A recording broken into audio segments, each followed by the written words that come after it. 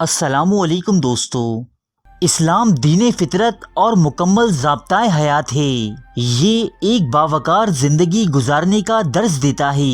عورت کے حسن و جمال کو، اس کی زیب و زینت کو اللہ تعالیٰ نے اس کے شوہر کی دل بستگی اور توجہ کے لیے محدود کر دیا ہے، تاکہ وہ اپنی ساری توجہ اپنی بیوی کی جانب مرکوز رکھے اور اس کی عورت غیروں کی ہوسناک نظروں سے محفوظ رہے۔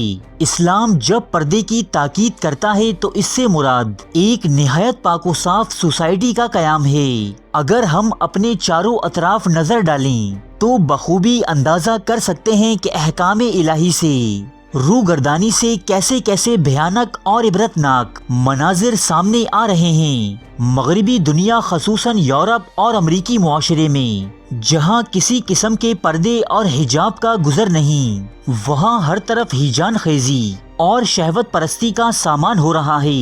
ایسے اقدامات اٹھائے جا رہے ہیں جن سے ہر وقت جنسی ہیجان پیدا کیا جا رہا ہے۔ اس کے نتیجے میں بیرا روی بڑھتی جا رہی ہے۔ اس بیرا روی نے انسان کی خوابیدہ حیوانیت کو جگہ دیا ہے اور انسان بے قید شہوت رانی کا شکار ہو گیا ہے۔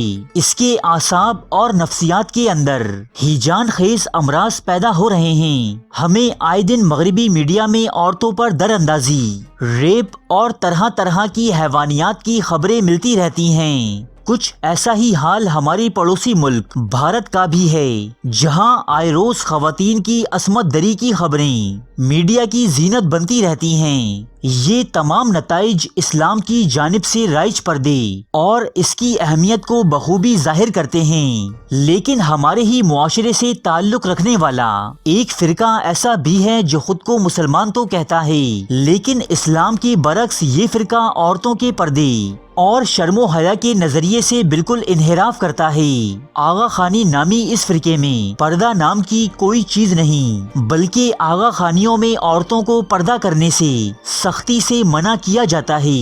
اس فرقے کے جماعت خانوں میں منعقدہ مجالس میں مرد و خواتین ایک ساتھ بیٹھے نظر آتے ہیں۔ نظاری اسماعیلیوں میں ویسے تو 12ویں صدی عیسوی سے ہی عورتوں کو پردہ کرنے سے منع کیا جاتا رہا ہے، البتہ 20ویں صدی عیسوی میں آغا خانیوں کے 48ویں امام نے اس حکم کو دوبارہ سختی سے نافذ کیا۔ اسلام میں رائج پردے کے متعلق آغا خانی امام کا کہنا ہے کہ پردہ مذہب اسلام کا کوئی حصہ نہیں، بلکہ یہ مسلمانوں میں اس وقت عام ہوا کہ جب 10ویں صدی عیسوی میں عربوں اور ایرانیوں کی ثقافتیں آپس میں مدغم ہو گئیں۔ چونکہ اعلیٰ نسل ایرانی خواتین پردہ کیا کرتی تھیں اور غلام عورتوں یا کنیزوں کو پردہ کرنے کا کوئی حق حاصل نہ تھا، اس لیے ایرانی اشرافیہ کی تقلید میں مسلمانوں میں بھی پردہ عام ہو گیا۔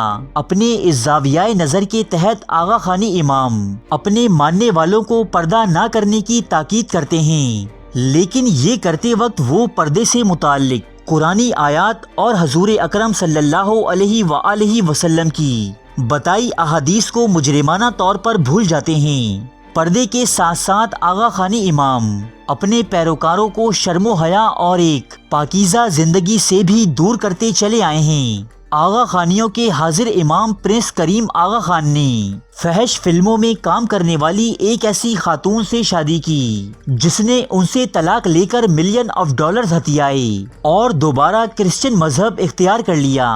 مغربی تہذیب کے دلدادہ آغا خانیوں کے مذہبی پیشوا کو اپنے بیٹے کے گے ہونے پر بھی کوئی اعتراض نہ تھا، نہ ہی انہیں اپنی بیٹی کے ایک کرسچن مشنری سے شادی کر لینے پر کوئی اعتراض تھا۔ ایسے لوگ اگر اپنے پیروکاروں کو پردہ نہ کرنے اور بے حیائی پھیلانے کا حکم دیتے ہیں تو اس پر تعجب کی کوئی بات نہیں، البتہ ان سب باتوں کا دین اسلام سے دور دور تک کا کوئی واسطہ نہیں۔ اب آتے ہیں اس پردے پر جو یہ مذہب کرنے کا حکم دیتا ہے، اور وہ ہے مردوں کا پردہ۔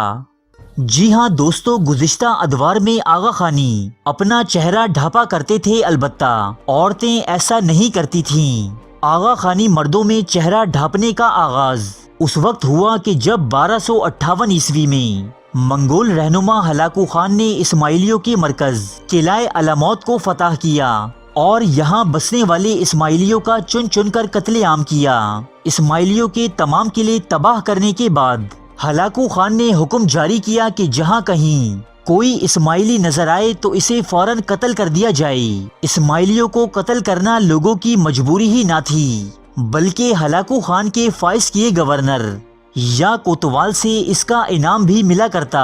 اب اسماعیلی ہجرت بھی کہاں کرتے، کیونکہ تمام دنیا میں منگول حکمرانی تھی، لہٰذا اسماعیلی مردوں نے اپنے چہرے کو ڈھانپ کر پوشیدہ رہنا شروع کر دیا۔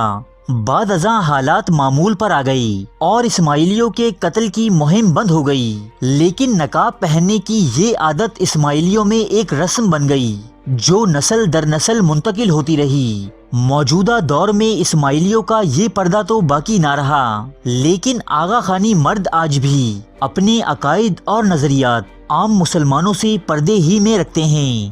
وہ اس پردے کو تقیہ کا نام دیتے ہیں۔ کام کرنے والی جگہوں میں، دفتروں میں، بازاروں میں اور تعلیمی اداروں میں آپ کو کہیں بھی آغا خانی افراد نظر نہیں آتے، کیونکہ روزمرہ زندگی میں یہ لوگ خود کو ایک عام مسلمان کے روپ میں ظاہر کرتے ہیں اور اپنے اسلام مخالف نظریات کسی صورت لوگوں میں ظاہر نہیں ہونے دیتے۔ اسی لیے آپ کو اپنے ارد گرد آغا خانیوں کی جماعت خانے، ان کے اسکول اور ہسپتال تو نظر آتے ہیں، لیکن آغا خانی لوگ نظر نہیں آتے، اور نہ ہی ان کا مذہبی لٹریچر یعنی کتابیں عام مسلمانوں کے لیے آسانی سے دستیاب ہوتی ہیں۔